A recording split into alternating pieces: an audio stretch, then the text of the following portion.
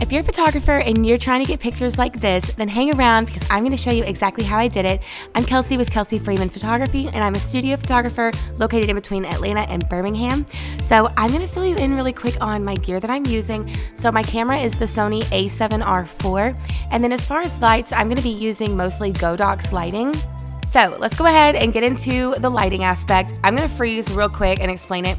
So if you look in the top left corner, you're gonna see a big softbox.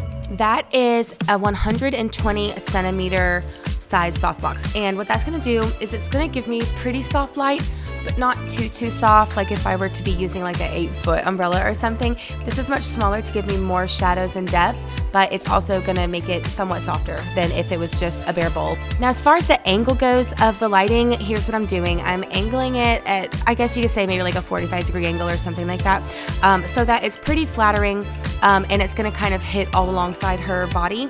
But I also have the light pushed back a little bit and angling a little bit towards the front, just barely. That's really going to give me some shadow. The more you have your light facing directly forward onto your subject, the more flat it's going to be. And the more you pull that light around like to the back side of them, you're really going to get so much more shadow and depth. So that's why that light is angled that way. I want a little bit of shadows going on, but not too much. And then if you look over on the right side, I've got another light. That is the Godox AD200 with a pink gel on it. And I'm using this to give her a gorgeous rim light to her. That light is gonna go all around the back side of her, but it's not just gonna be a regular light, it's gonna be a pink light. And then lastly, I've got a projector. I'm aiming the projector straight towards the backdrop, and I actually have heart shapes inside of that projector on like a little disc. And what that's gonna do is make the lights look like little heart shapes. It's super cool.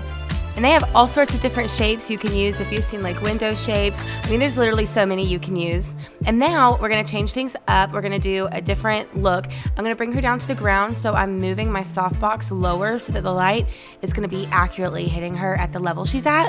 And I know I want this really cool look of a ring of a light going on the backdrop behind her, but I don't want the ring to like take up the whole backdrop. I want it to be like lowered, if that makes sense. So I'm getting my projector ready. I brought it over to the right side and I lowered it quite a bit. You really can't see it until I like flash it and take the picture, but you'll be able to see what I mean. You can totally use a super powerful light with a really powerful modeling lamp in your projector if you would like, and that way you could see like at all times what your light looks like. But to me, I just like to use the equipment I have and not buy stuff I don't really need. And so I basically just put my regular Godox AD200 in the projector, and I will test fire it to see where my light is actually going to be hitting. And then as you can see, I have one extra bit of light on this image. I have two hobo lights aiming towards the disco ball, and I did that just because I want to add some extra light bounces off of that disco ball. I wasn't getting a really cool effect until I added those lights just for the ball. I've got one on the front side and then one over there on the left side, so we've got lots of reflecting lights going everywhere, and I really just think that adds a spunkiness to the picture. After this, we're gonna change things up a little bit, and I'm gonna get her back on her feet again.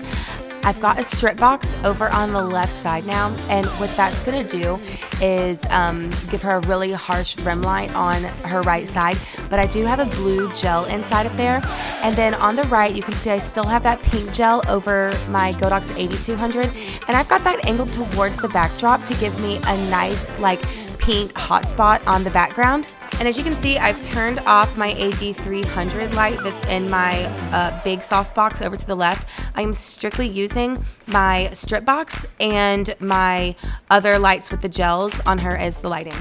Now we're gonna change up the set and bring out just a solid white backdrop.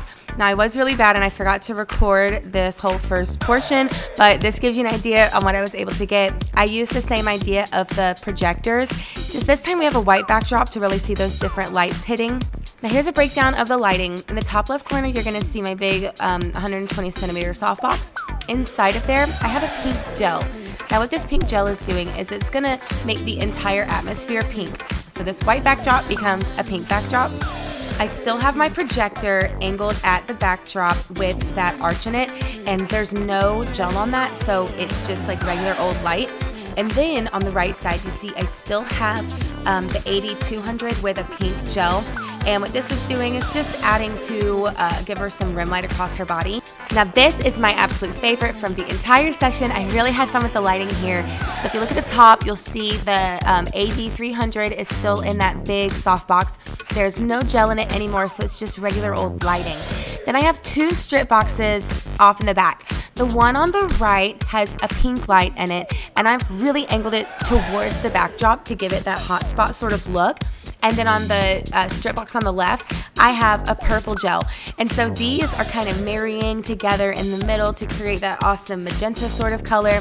And I really just love how all these different colors are meshing together. It's super fun to play around like this. And now for this one, she's gonna be sitting down on the ground again, or not sitting down, but like squatting down. And so I'm moving my light around to watch how it's gonna hit her. It's super important, the placement of your light. If your client goes down, then bring that light down with them so the light is hitting them from a good distance. If it's too far away, you're not gonna get the same effect and you might need to change your settings or something. So I always like to move my light down when my client's height has gone down as well. And you can see from the angle of that softbox, I have it angled towards the camera just a little bit. Again, that's really gonna give me some nice shadows. I am gonna move it for this pose though. I did have her test out the pose so I could get a feel for how the light was gonna hit her face. And once I saw how it was hitting, I knew I needed to move it a little bit. So I angled it a tad more towards her to make it less harsh, because I knew I was gonna have her look more towards me instead of up towards the corner of the room like she was when she was squatting. And this is gonna help avoid any of those like raccoon shadows under the eyes, any deep shadows like that. Angling your light towards your subject will really help eliminate any bad shadows. Call me a perfectionist all you want, but I still wasn't in love with what I was getting, so I knew I wanted to change up her pose slightly and change her head angle, and because of that, I knew I needed to change my lighting yet again. So you see how I have her head tilting up and like a little diagonal? I moved the light so the light will really just hit her face so beautifully from like above, almost like, you know, the angle of the sun, if you will. And I'm having her move her head all around different directions so I can get a few different options and really get the perfect lighting on her. But just like that, we're all done. I hope you guys enjoyed and maybe learned a thing or two.